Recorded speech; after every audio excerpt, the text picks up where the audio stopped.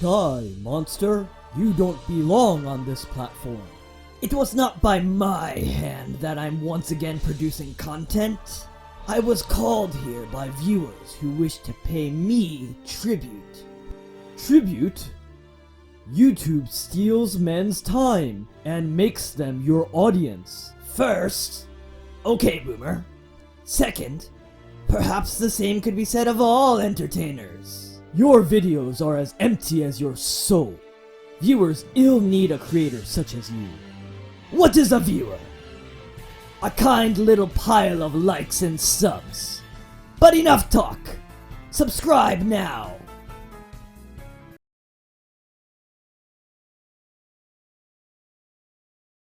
Since time immemorial, the darkness in the hearts of men has been a blight on the world. Evil ebbs and flows, staining human history with the indelible ink of blood.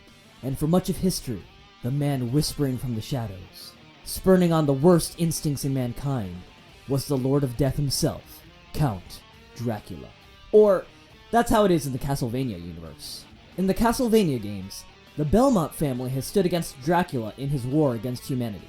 For centuries, the Belmonts produced the heroes who would stem the tide of Dracula and his minions. But after safeguarding the world against evil for so long, the noble and powerful Belmonts disappeared, seemingly giving up on their sworn duty to stop Dracula should he rise again. Or did they? So today, let's talk about why the Belmonts vanished. Warning, the following is even harder fan wank than usual. For nearly 700 years, the heroic Belmonts held the line against the forces of hell loosed from the depths of Castlevania. However, each generation, a Belmont was chosen by fate to be the champion of light in the struggle between good and evil. Wielding the legendary whip Vampire Killer, the chosen Belmont of each generation bravely entered Castlevania, the ancient abode of the Dark Lord himself. These heroes became legends, whose names are etched into gaming history. Leon Belmont. Leon was the first Belmont to take up battle against evil and was responsible for the creation of Vampire Killer. Trevor Belmont. Trevor would be the first person to defeat Count Dracula, restoring peace to the world. Christopher Belmont. Christopher halted Dracula's rise 100 years after Trevor's legendary adventures. Simon Belmont. Simon is perhaps the most celebrated of the Belmonts, both for his skill in combat and unique fashion sense. He ended Dracula's curse and restored trust and honor to the Belmont family. Juiced Belmont. Juiced was the grandson of Simon. He was one of the most powerful Belmonts, not only for his conventional battle prowess, but his magical abilities. Richter Belmont. Richter is regarded as the most skilled and powerful Belmont to emerge since the start of their centuries-long campaign against the Dark Lord. John Morris. Wait, what? Surely I mean John Belmont. No? Okay, what's going on here? Following Richter's adventure, the Vampire Killer was passed to the Morris family with which to hold the line. The Morris clan is an offshoot, or cadet branch, of the main Belmont family, which is to say, their family is descended from a younger sibling of the Belmont line. They are related to the Belmonts by blood, but aren't part of the main family. The Morris clan is inspired by Quincy Morris, a character from Bram Stoker's classic Dracula. In fact, Quincy Morris has Belmont blood according to the Castlevania lore. In Dracula, Quincy is an American from Texas, and from the games, the Morris family is based in America.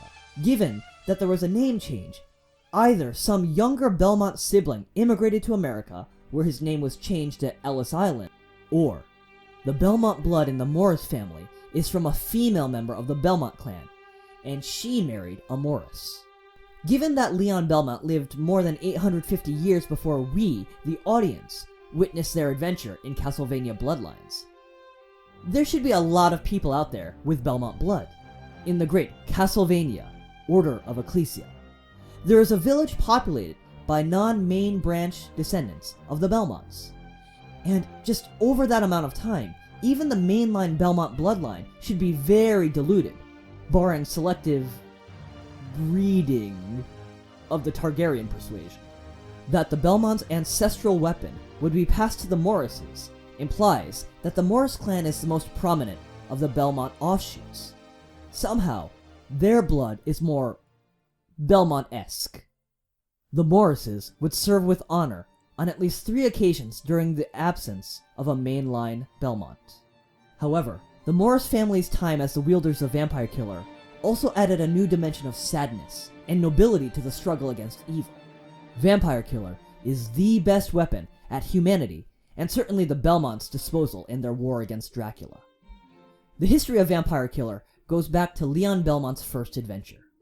Sarah Trantoul was the fiancée of Christian crusader Leon Belmont. The day before their wedding, Sarah was kidnapped. During Leon's quest to save his beloved, he receives an alchemy whip from alchemist Ronaldo Gandolfo. In Leon's hands, this proto-vampire killer was effective in combating the forces of darkness, but Leon was unable to reach Sarah before she was cursed with vampirism. In a final act of self-sacrifice, Sarah offered to imbue the alchemy whip with her soul. Thus, the legendary holy weapon, Vampire Killer, was created. Through the ages, Vampire Killer served mankind well indeed. Never failing to stop Dracula's onslaught, the Vampire Killer was a weapon feared by Death himself.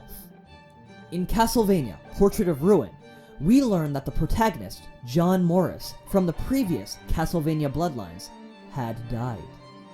At the latest, John Morris died in his mid to late 40s, and the average lifespan of an American in the 1940s was around 60.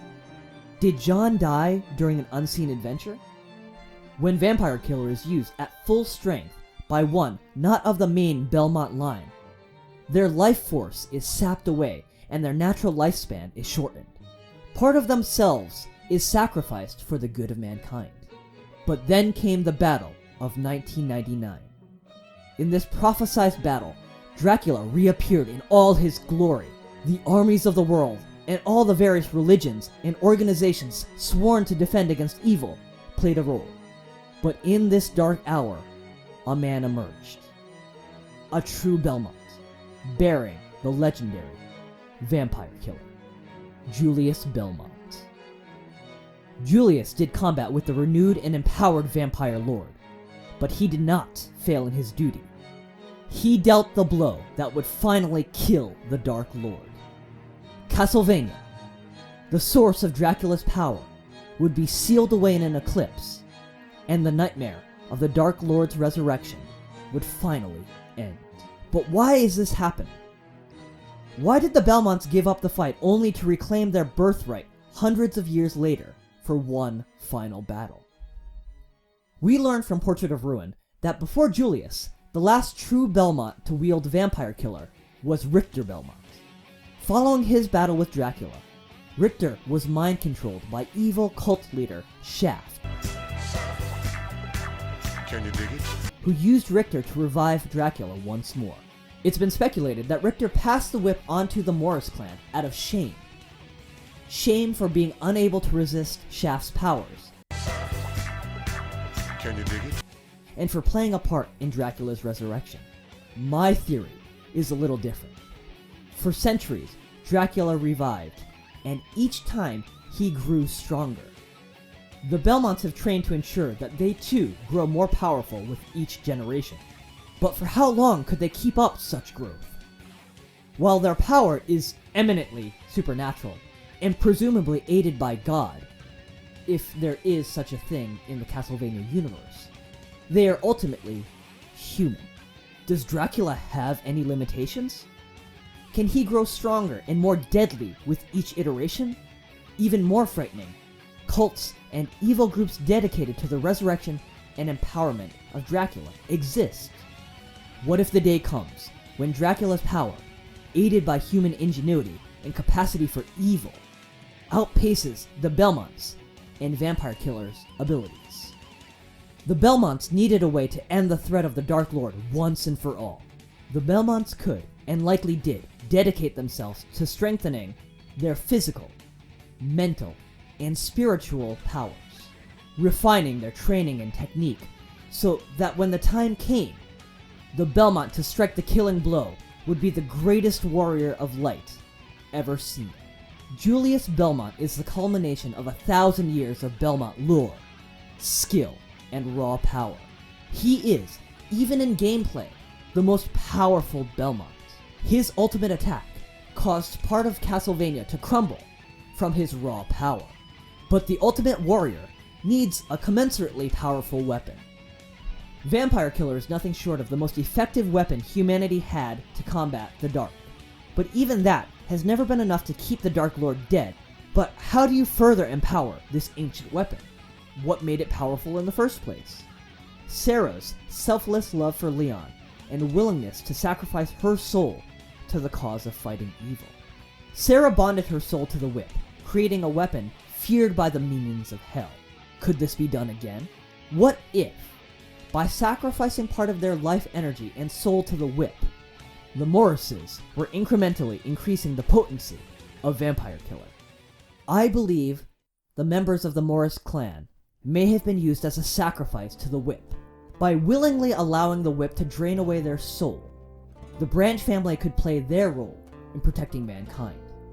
I like this theory because it adds a little tragedy to the struggle of the Belmont bloodline in the seemingly endless war against evil. Until we learned that Vampire Killer shortens the life of non-Belmont users, there wasn't really a sense of sacrifice to the battle against Dracula. Sure, the Belmonts must train their whole lives, and there have been times in history when the Belmonts were feared for their power. First, the Belmonts? We should have killed all the Belmonts. But, in general, our heroes gain fame and reverence from the people for battling the Dark Lord and his followers, showing that the Belmont bloodline are willing to not only give up their lives, but part of their soul in the hopes that it will be enough to stop the rise of Count Dracula. There's a tragic nobility to that. It adds a level of personal responsibility and duty as well. Our protagonists often enter Castlevania knowing that they may die during the struggle, but the Morrises know that using Vampire Killer to its fullest is not only their best chance of stopping the vampire menace, but will eventually kill them.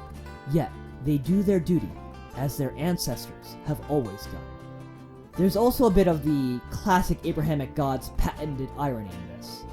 Dracula is a creature who feeds on others to sustain his power.